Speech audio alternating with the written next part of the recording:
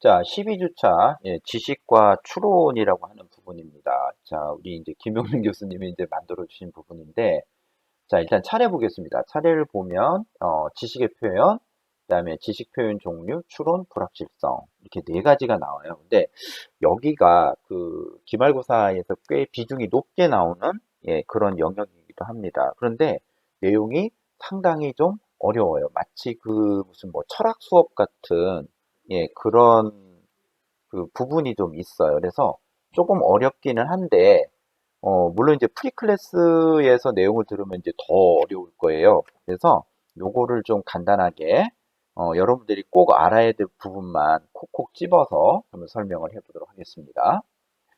자, 뭐 그 똑똑한 인공지능에 관한 연구라고 얘기를 하는데, 자, 이게 이제 뭐냐면은 이제 우리가 이제 사람이 사용하는 그런 쓰는 지식 이거를 인공지능의 연구자들이 이제 어떤 생각을 하고 있었냐면은 이런 생각을 하고 있었어요. 인공지능 연구자들이 세상의 지식을 기계에 맞게 표현해 주는 방식 이런 거를 시도를 했다는 얘기죠. 이게 언제야? 이때야. 여기 1956년. 그럼 이제 이게 시간이 얼마나 돼요? 한 70년 정도 된 전 얘기죠. 그런데 이게 이제 그런 얘기를 했어요. 이게 마빈 민스키라고 하는 그런 학자가 있는데 이 사람이 언제 마빈 민스키가 1956년에 그 이제 최초로 뭐 인공지능이란 용어를 이제 제안을 했죠. 자, 그런데 이제 어떻게 됐을까요? 그게 거의 불가능하다는 얘기야. 불가능. 불가능하고 또 불가능하고 할 수가 없다는 얘기예요. 예, 지금도 그래요, 사실상. 근데 지금 많이 이제 좋아지고 있는 거죠. 자, 그러면서 이제 지식이 도대체 뭐야? 지식이 도대체 뭐야? 자, 여러분들이 알고 있는 지식, 요게 지식이죠. 지식, 여기 지식. 자, 데이터에서 정보로 넘어가고 정보가 쌓이면 지식이 돼요. 그다음에 이 지식이 쌓이면 뭐가 되죠? 여기 정보라고 나왔는데 이거 아니죠? 지혜가 된다고 얘기를 했었습니다. 자, 그다음에 인간의 지식은 또 어때요? 인간의 지식은 너무 추상적이에요. 그래서 이 지식을 기계에 입력, 여기서 말하는 기계는 컴퓨터죠.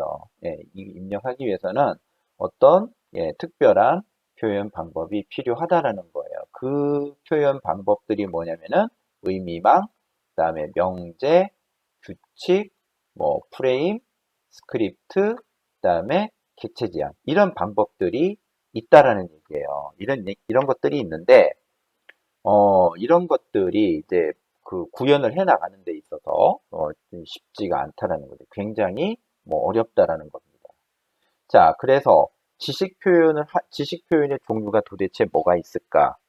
요런 거를 조금 좀 굵직굵직하게 좀 알고 있어야 될 것 같아요. 그래서 지식 표현의 방법의 종류는 규칙이라는 게 있어요. 자, 여러분들 공부하는 방법 좀 알려줄게요. 자, 지식 표현의 종류라고 그랬어요. 이제 깊게 들어가는 게 아니라 일단 제목부터 파고 들어가 봅시다. 일단 규칙이 있어. 그 다음에 조금 넘어가면은 뭐가 있죠? 그렇죠. 의미망. 여기 의미망이라는 게 있어. 요거 의미망이 있고 그 다음에 또 뒤로 넘어가면 의미망이 있고 그 다음에 여기 뭐가 있어요? 프레임. 여기 프레임이라고 있죠. 여기 프레임이라는 게 있고 요런 것들 요런 것들을 여러분들이 알고 있어야 돼. 종류를 알고 있어야 돼. 그 다음 또 이게 뭐가 나오죠? 논리. 논리가 나오네. 논리가 나오고 그 다음에 뒤로 또 넘어가면은 뭐 계속 논리에 관련된 내용들이 나오죠. 자, 그러면서 그 다음에 뭐가 나와요? 추론이라는 게 나오죠. 자, 그러면 우리가 이 두 번째 지식의 표현의 종류, 그러니까 지식을 표현하는 방법이 도대체 뭐가 있을까? 알고 있어야 될 거. 일단 제목 위주로 좀 먼저 알고 있어야 돼요. 자, 논리가 있고, 그 다음에 여기 프레임, 그 다음에 또 뭐가 있었죠? 의미망, 그 다음에 또 뭐가 있었지? 규칙. 여기 규칙이 있었어요. 지금 네 개가 있었어. 그 다음에 규칙, 의미망, 프레임, 논리. 네 가지가 있죠. 그러면은 요거를 공부하는 데 있어서 이 내용을 깊게 다 파고 들어가면은 굉장히 힘들어요. 나도 힘들어. 그래서 이거를 어떻게 공부하냐면은 정의 정도만 살짝살짝 이해를 하면서 사람이 갖고 있는 지식을 인공지능은 과연 어떻게 표현을 하는지 그 정도만 알고 있어도 예, 아마 우리가 이제 이 디기미에서 추구하는 교육 목표는 충분히 달성이 되는 거거든요. 자, 그래서 이제 하나씩 봅시다. 일단 규칙은 규칙은 예를 들어서 이런 것처럼 할 수 있어요. 이게 법률 지식, 여기부터 이 얘기부터 하자. 규칙은 이렇게 돼 있어요. 조건부와 실행부로 구성이 돼 있어요. 그래서 뭐뭐 하면 뭐뭐 하다. 또 뭐뭐이면 뭐뭐이다. 이렇게 조건부와 실행부로 구성이 돼 있다는 거죠. 자, 그래서 여기 보자. 여기에 초록색 불이면은 진행한다. 빨간 불이면 멈춘다. 자, 이거는 뭐죠? 조건부와 실행부로 구성이 되어 있는 거죠. 자, 그럼 지식 표현. 자, 그럼 규칙 기반의 지식을 어떻게 만들까? 일단 예를 들어서 일단은 법률 지식. 법률 지식 위주로 한번 잠깐 볼게요. 자, 이 법률 지식을 바탕으로 일단은 규칙을 정해요. 마치 판사처럼 범죄자의 형량을 구형한다는 얘기예요. 그리고 판결할 수 있다는 얘기죠. 자, 예를 들어서 이렇게 되는 거예요. 규칙이 있어. 규칙이 자, 사람을 죽이면 사형. 그다음에 물건을 훔치면은 1,000만 원의 벌금. 일종의 이게 뭐가 되는 거예요? 규칙이 되는 거죠. 그래서 법률 지식을 규칙의 형태로 표현을 하면 뭐가 돼요? 똑똑하고 이상적인 판사의 지식을 가진 뭐를 만들 수 있다? 전문가 시스템을 개발할 수 있다라는 거예요. 자, 이게 뭐야? 규칙이다. 규칙. 규칙을 기반으로 해서 지식을 활용하는 방법이에요. 그래서 규칙에 관련된 거는 요게 정의죠. 조건부와 실행부로 구성되어 있다는 거. 그 다음에 규칙을 이용해서 지식을 어떻게 활용하는지 법률 지식을 기반으로 해서 판사처럼 범죄자의 형량을 구형할 수 있는 전문가 시스템 만들 수 있다. 이런 것들을 알고 있으시면 될 것 같아요. 자, 그 다음에 두 번째로 가는 게 의미망. 자, 의미망인데 이게 이제 뭐냐면은 정보들을 망의 구조로 표현했다라는 거예요. 자, 여기 보면은 이게 망의 구조로 이렇게 표현이 돼 있다라는 거거든요. 자, 근데 의미망은 여기 이제 노드와 간선으로 이제 구성이 돼 있어요. 여기서 노드는 뭐냐면은 요거 항이야. 여기 보면은 여기 노드라고 돼 있는 거는 항이에요. 그러니까 여기 이제 뭐 광합성이라던가 이 동글동글한 동그라미 안에 들어있는 것들은 전부 다 이제 노드가 되는 거죠. 그럼 간선은 뭐야? 간선은 이제 엣지라고 얘기를 하는데 요거는 요 화살표들을 우리 이제 간선이라고 얘기를 해요. 근데 이 간선이 여기 이런 관계 있어. is a 관계 있어. 뭐뭐는 무엇이다. do는 뭐뭐를 한다. 그 다음에 has는 뭐뭐를 가지고 있다. 이런 의미로 되어 있다는 거죠. 자, 예를 들어서 식물은 광합성을 한다. 식물은 뿌리를 has 가지고 있다. 그 다음에 소나무는 식물이다. is 이런 관계들이 있어요. 장미는 식물이다. 이런 형태로 표현한 것을 우리는 의미망이다라고 얘기를 합니다.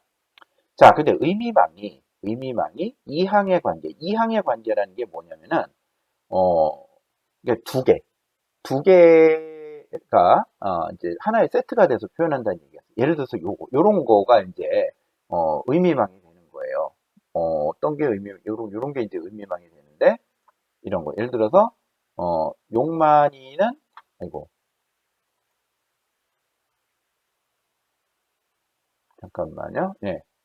용만이는, 공부를 한다. 요게 어떻게 돼요?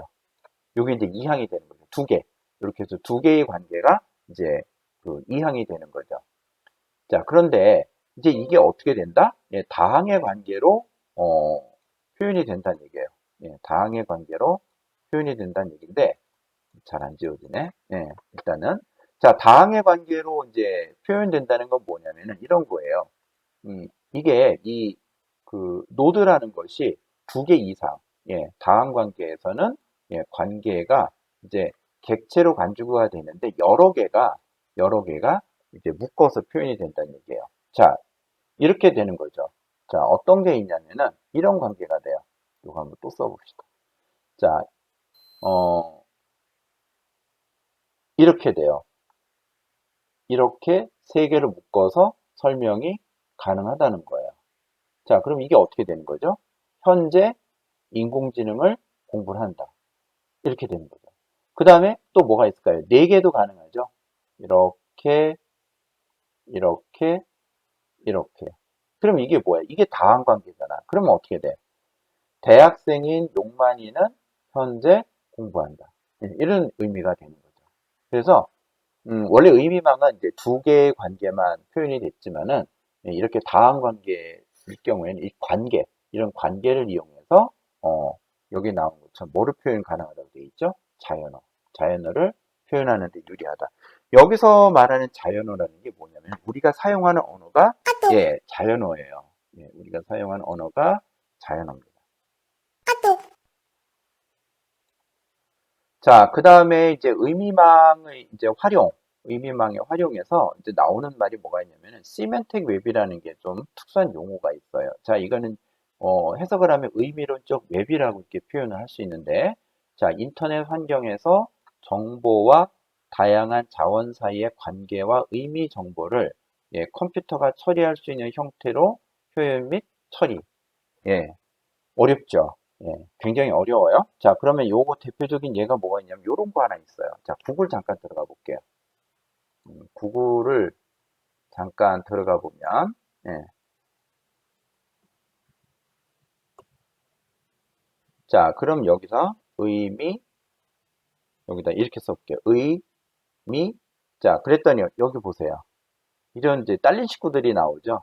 이게 예, 시멘텍 웹이에요. 가장 우리가 대표적으로 볼 수 있는 예, 시멘텍 웹을 이렇게 볼 수가 있다라는 거죠. 그래서 인터넷 환경에서 정보와 다양한 자원사의 관계, 의미 정보를 컴퓨터가 처리할 수 있는 형태로 표현 및 처리한다. 자, 이런 거를 우리는 시멘텍 웹이라고 얘기를 합니다. 인터넷에서 어떤 물건을 사려고 했을 때 단어 몇 개만 입력을 해도 거기에 관련된 딸린 식구들이 나오는 거. 이런 것들을 우리는 예, 시멘텍 웹이라고 얘기를 합니다. 자, 그 다음에 우리가 볼 수 있는 것이 프레임. 자, 프레임은 좀 얘기가 달라요. 프레임은 무슨 말이 나오냐면은 이 상하 관계라는 얘기가 나와요. 예, 지식을 예, 상하 관계에 따라서 구성을 했다는 얘기죠. 예. 그런데 이 상하 관계를 따라서 구성하는 것이 예, 인간이 사고하는 방식과 유사한 방법이라는 거죠. 자, 근데 여기 잠깐 볼게요. 여기 장미, 식물, 뿌리, 광합성 이거는 의미망이잖아. 의미망이기 때문에 얘네들은 수평적인 구조예요. 근데 여기 프레임은 일종의 표처럼 만들어져 있거든요. 자, 한번 넘어가 볼게요. 자, 여기 있어. 프레임의 모양이 이렇게 돼 있다라는 거죠. 그래서 여기 표가 있고 여기 표가 있고 여기 표가 있는데 자 엔진에 따라서 어떻게 돼요? 네, 하위로 아래로 또 새로운 표가 또 만들어지는 거죠. 그 다음에 그 또 뭐가 있죠? 요 이제 제동 장치에 따라서 또 하위 구조가 이렇게 들어가 있어요. 그래서 이 자동차에 관련된 거, 아 이게 너무 심하게 나옵니다. 네, 일단 죽였어요. 자, 일단은 지금 프레임이라고 하는 구조에서는, 지금 우리가 이제 생각할 수 있는 것이, 지식의 어떤, 위의 부분, 그러니까 상위 지식, 하위 지식, 예, 이런 식으로, 어, 그, 위계가 좀 있다라는 거죠. 그래서 엔진에 관련돼서 또 하위 그 부분, 엔진의 종류가 여러 가지가 있잖아요. 이런 것들. 그 다음에 제동장치도 이런 것들이 있잖아요. 그래서 따로따로 지식을 좀 분류를 해서 하위 목록을 이렇게 만들어 놓는다는 얘기입니다. 자, 그 다음에 지식의 표현 방법, 네 번째로 이제 논리. 자, 논리는 여러분들이 좀 많이 그 어려워했던 것, 수학의 명제와 논리를 바탕으로 만들었다라는 거죠. 그래서 인간의 언어적 지식을, 예, 그렇죠. 기호화했다는 거예요. 그래서 참과 거짓을 증명할 수 있는 거, 이것이 우리가 논리라고 그래요. 그래서 나오는 게 뭐가 있죠? 명제 논리. 그래서 명제라는 거 정의를 이걸 좀 알고 있어야 돼요. 참과 거짓을 판단할 수 있는 문장.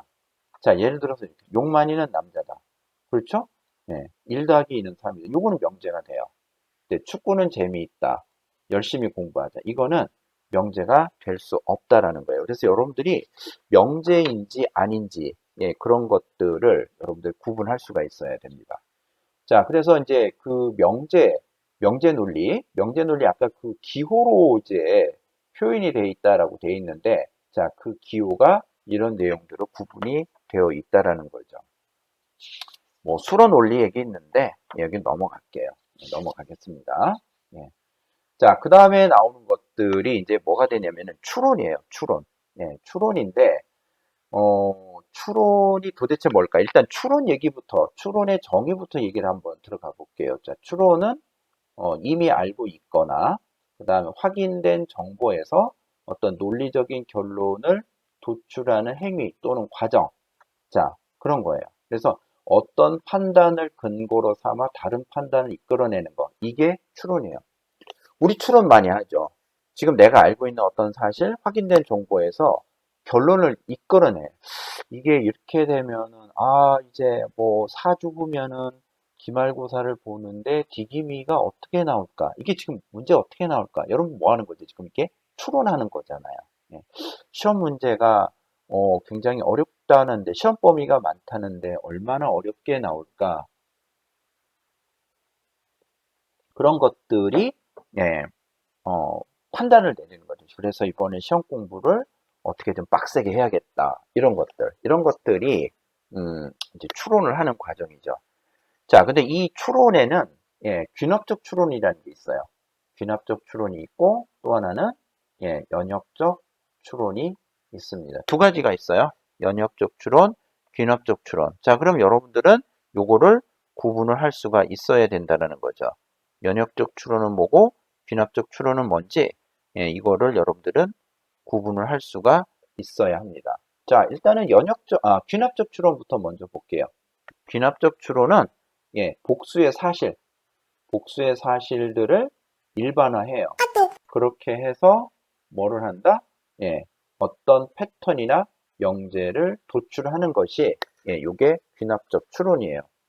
가장 대표적인 게 뭐냐면은 이런 겁니다.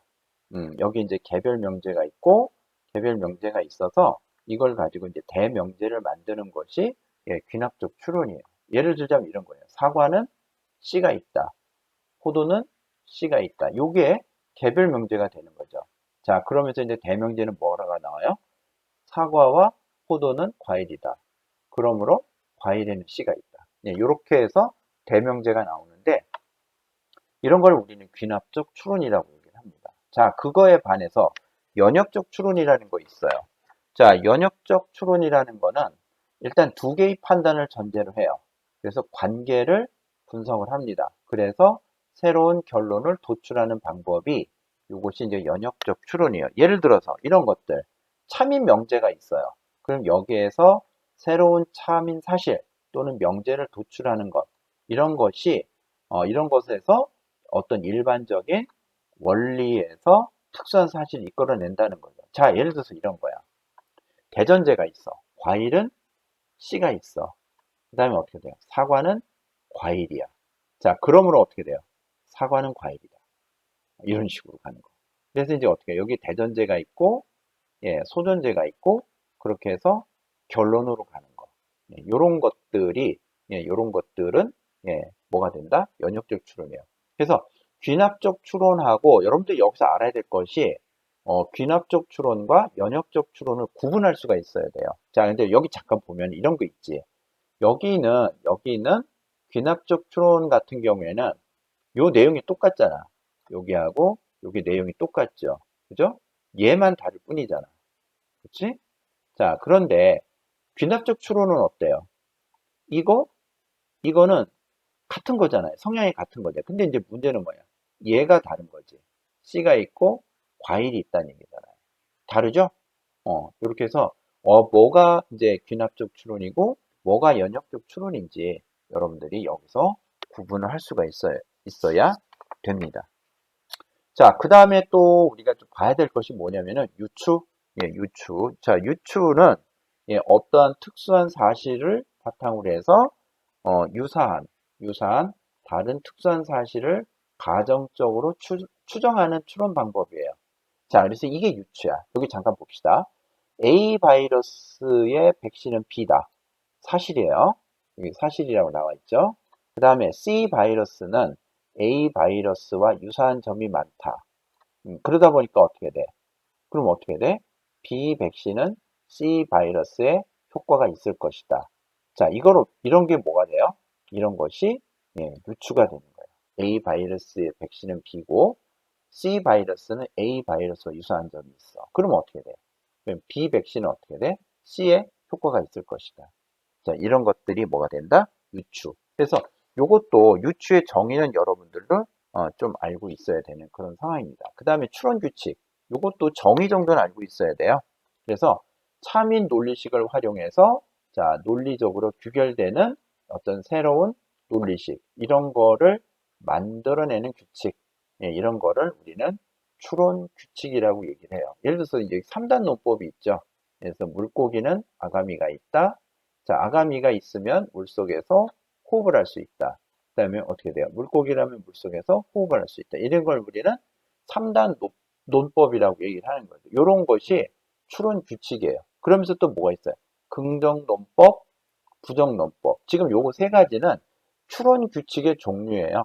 추론 규칙의 종류의 하나로 긍정 논법이 있고 부정 논법이 있고 3단 논법이 있는데 여러분들이 알고 있어야 될 거는 추론 규칙이 무엇인지 그 정의 정도만 알고 있으면 된다라는 거죠. 그래서 이제 추론을 하면서 뭐 논리 융합이다, 뭐 의미망 추론이다, 뭐 이런 얘기들이 있는데 이런 얘기들은 그냥 일단 넘어갑시다. 넘어가고요. 그 다음에 이제 그러다 보니까 이제 마지막 네 번째 이제 불확실성으로 넘어왔네요. 자, 불확실성이라는 건 뭐냐면은 이런 거예요. 확실하지 않은 거 이게 말 그대로 이제 불확실성인데 불확실성이 나오는 이유가 일단 데이터의 불확실성, 그 다음에 정보의 불안정성 이런 것들이 있죠. 그 다음에 또 뭐가 있어요? 지식의 불확실성, 확률의 불규칙성. 그런 이유 때문에 불확실성이라는 것이 이제 늘어난다는 얘기입니다. 자, 그러면서 그 이제 불확실성의 종류가 있는데 여기 이제 비단조 추론, 요거는 넘어갈게요. 넘어가고 그다음에 요거 부재 추론 정도는 여러분들이 정의를 좀 알고 있어야 돼요. 이게 뭐냐면 이런 거예요.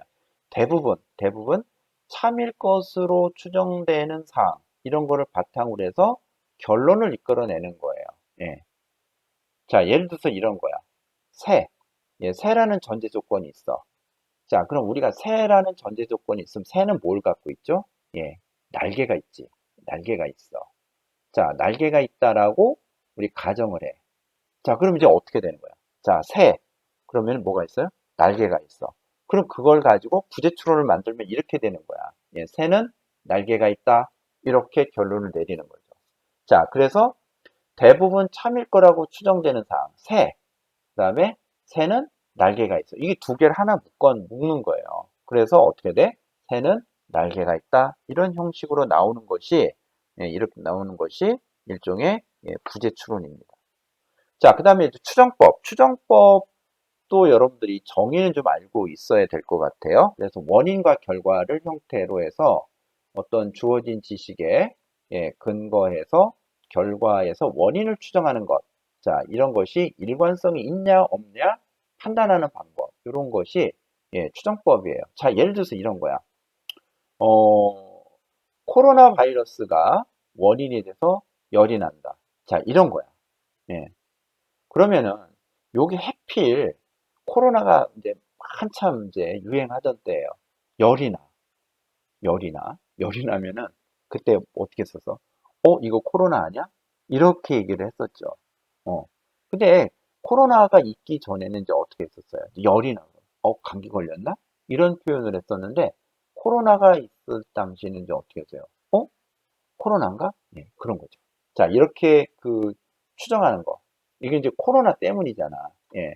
그래서 이것이 일관성이 있으면 그렇게 결론을 내린다는 거예요. 그 당시에는 열나면 다 코로나라고 했었지. 그런 걸 우리는 추정법이다라고 얘기를 합니다. 자, 그럼 이제 잠깐 볼까요? 우리 불확실성에서 지금 우리가 한 게 뭐가 있어? 비단추 추론 넘어갔고, 그다음에 부재 추론 하나, 첫 번째. 자, 두 번째는 뭐야? 추정법. 그다음에 이제 세 번째는 폐쇄계 가정인데 여기 패스. 예, 넘어갈게요. 그 다음에 이거 뭐였지? 사실 유지 시스템 이거 패스. 자, 그 다음에 이제 요거 중에 확률 기반, 확률 기반의 불확실성 표현. 요거는 두 가지가 있어요. 결합 확률, 결합 확률 이런 것들이 있다라는 거. 그 다음에 또 뭐가 있죠? 조건부 확률이라는 게 있어요. 여러분들 많이 그때 그 고등학교 다니면서 배웠던 거. 조건부 확률, 결합 확률 두 가지 종류가 있다는 정도. 뭐 그 정도만 알고 있으면 될 것 같아요. 그 다음에 또 나오는 게 뭐가 있냐면 베이지의 정리라는 게 있어요. 자, 베이지의 정리는 어, 이게 그 사전 확률이 있어. 그 다음에 사후 확률이 있어요. 요 사이의 관계를 나타내는 것이, 이 관계를 나타내는 것이, 베이지의 정리예요. 그래서 예를 들어서 이제 어떤 사람이 둘이 미팅을 했어. 오늘 즐거웠습니다. 이런 말을 했다 이거예요. 그래서, 이 사람이 나에게 호감이 있나? 이렇게 생각을 하는 거죠. 그래서 나에게 호감이 있을 확률이 50%고, 나에게 호감이 없을 확률이 50%라는 거죠. 자, 이런 것들을 우리는 베이지의 정리라고 얘기를 합니다. 그래서, 이런 것들이 불확실성을 표현하는 거구나라는 걸 여러분들이 알고 있으면 될 것 같아요. 그 다음에 확신도 통과, 그 다음에 퍼지. 와, 이건 굉장히 중요해요. 자, 퍼지 이론은 일단 주관적이고, 그 다음에 불분명한 언어적 개념. 이거를 수학적으로 나타낸 것이 이제 퍼지 이론이에요. 자, 예를 들어서 이런 거야. 퍼지를 적용하기 전에는 이런 거예요. 몸무게가 70kg인데 이 70kg 밑은 가볍다. 70kg보다 많은 거는 무겁다. 이렇게 표현했다는 얘기예요. 이게 무슨 근거로 그렇게 됐는데, 자, 근데 이제 퍼지 이론을 적용한 다음에는 이것이 어떻게 돼요? 70kg를 기준으로 해서, 이런 게 있죠. 조금 가볍다, 조금 무겁다. 그 다음에 이제 또 뭐가 나오는 거죠? 무겁다. 그 다음에 가볍다. 이런 식으로 표현이 가능하다는 거죠. 자, 이런 형태로 표현하는 것을 우리는 퍼지 이론이라고 얘기를 합니다. 자, 불확실성에 대해서 여러분들이 알고 있어야 될 거, 퍼지 이론. 첫 번째 퍼지 이론, 두 번째 베이지의 정리, 자, 세 번째는 확률 기반, 확률, 세 번째 확률이죠. 그 다음에 네 번째는 추정법, 그 다음에 다섯 번째 부재추론. 요 다섯 개 정도는 개념을 좀 알고 있으셔야 될 것 같아요. 나머지는 뭐 그냥 그렇고 그런 얘기니까 그냥 뭐 프리클래스 정도 보면서 그냥 글쎄 느낌 잡기도 좀 힘들 것 같기도 한데 일단 버리고 요 정도만 여러분들이 알고 가면은 될 것 같아요. 기말고사 공부하는 데는 큰 문제는 없을 것 같아. 자, 추론에서는 뭐를 알아야 돼요? 추론 규칙이 뭔지는 알아야 될 것 같고 유추가 뭔지를 알아야 될 것 같고 그 다음에 귀납적 추론과 연역적 추론 정의도 알아야 되고 구분도 할 줄 알아야 돼요. 음. 그 다음에 지식의 표현에서는 뭐를 알아야 되죠? 논리. 논리 알아야 되고, 명제가 뭔지. 명제 구분할 줄 알아야 돼요. 그 다음에 프레임의 정의도 알고 있어야 되고, 그 다음에 의미망의 정의, 그 다음에 규칙. 규칙의 정의. 이런 것들을 여러분들이, 여기 어, 이 부분에서는 여러분들이 꼭 알고 있어야 되는 그런 부분들입니다. 여기가 지식과 추론 부분이죠. 그래서 12주차가 사실은 굉장히 어려운 부분이에요. 자연 계열보다는 우리 이제 인문사회계 하고 우리 좀 아트 쪽으로 이제 전공하는 학생들은 사실 이런 부분들을 많이 이제 접할 기회가 좀 적었죠. 그래서 좀 많이 어려워하는 부분인데, 조금씩 좀 반복하면서 공부를 하면 될 것 같습니다.